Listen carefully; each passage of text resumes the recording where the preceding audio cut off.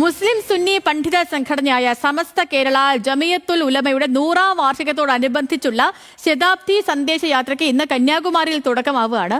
സമസ്ത അധ്യക്ഷൻ ജിഫ്രി മുത്തുക്കോയ തങ്ങൾ നയിക്കുന്ന ജാഥ ഡിസംബർ 27-ന് മംഗലാപുരത്ത് സമാപിക്കും.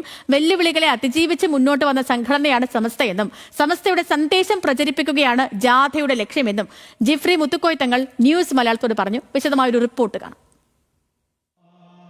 മുസ്ലിം സുന്നി വിഭാഗത്തിലെ പ്രമുഖ സംഘടനയായ സമസ്ത കേരള ജമിയത്തുൽ ഉലമയുടെ 100ാം വാർഷികം വിപുലമായി ആഘോഷിക്കുന്നതിന്റെ ഭാഗമായാണ് സംസ്ഥാന അധ്യക്ഷൻ മുഹമ്മദ് ജിഫ്രി മുത്തുക്കോയ തങ്ങളുടെ നേതൃത്വത്തിൽ 10 ദിവസം നീളുന്ന ശതാബ്ദി സന്ദേശയാത്രയ്ക്ക് ഇന്ന് കന്യാകുമാരിയിൽ തുടക്കമാവുന്നത്.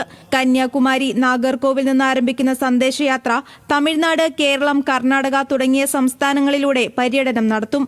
കേരളത്തിൽ 15 കേന്ദ്രങ്ങളിലാണ് യാത്രയ്ക്ക് സ്വീകരണം ഒരുക്കിയിരിക്കുന്നത്. 28-ന് കർണാടകയിലെ മംഗലാപുരത്ത് പൊതുസമ്മേളനത്തോടെ യാത്ര സമാപിക്കും. സമസ്ത കേന്ദ്ര മുഷാവറ അംഗങ്ങളും പോഷക സംഘടനാ നേതാക്കളും ഉൾപ്പെടെ 100 സ്ഥിരാംഗങ്ങൾ സന്ദേശയാത്രയെ അനുഗമിക്കും. വെല്ലുവിളികളെ അതിജീവിച്ച് മുന്നോട്ട് വന്ന സംഘടനയാണ് സമസ്തയെന്നും സമസ്തയുടെ സന്ദേശം പ്രചരിപ്പിക്കുകയാണ് ജാഥയുടെ ലക്ഷ്യമെന്നും മുഹമ്മദ് ജിഫ്രി മുത്തുക്കോയ തങ്ങൾ ന്യൂസ് മലയാളത്തോട് പറഞ്ഞു. സന്ദേശയാത്ര എന്നല്ലേ പറയുന്ന ലക്ഷ്യം. പിന്നെ സമ്മേളനത്തിന്റെ ഒരു വിളംബരം, സമ്മേളനത്തിനോട് ബന്ധപ്പെട്ട കാര്യങ്ങൾ, സമസ്തനോട് ബന്ധപ്പെട്ട കാര്യങ്ങൾ, സമസ്ത എന്താന്ന് മനസ്സിലാവാത്ത പലരും ഉണ്ടാവും. അപ്പൊ അതൊക്കെ ജനങ്ങൾക്ക് മനസ്സിലാക്കി കൊടുക്കുക, അതൊക്കെ തന്നെ ലക്ഷ്യം. സമസ്തയുടെ 100 വർഷത്തെ ചരിത്രത്തിൽ ഇതാദ്യമായാണ് പ്രസിഡന്റ് നയിക്കുന്ന ഒരു യാത്ര കന്യാകുമാരി മുതൽ മംഗലാപുരം വരെ നടക്കുന്നത്. സന്ദേശയാത്രയുടെ പതാക Samastha secretary professor C Alikutty Musliyar Muhammad Jifri Muthukoya തങ്ങൾക്ക് കൈമാറി.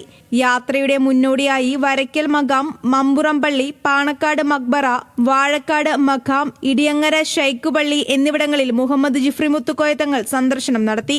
ന്യൂസ് മലയാളം, കോഴിക്കോട്.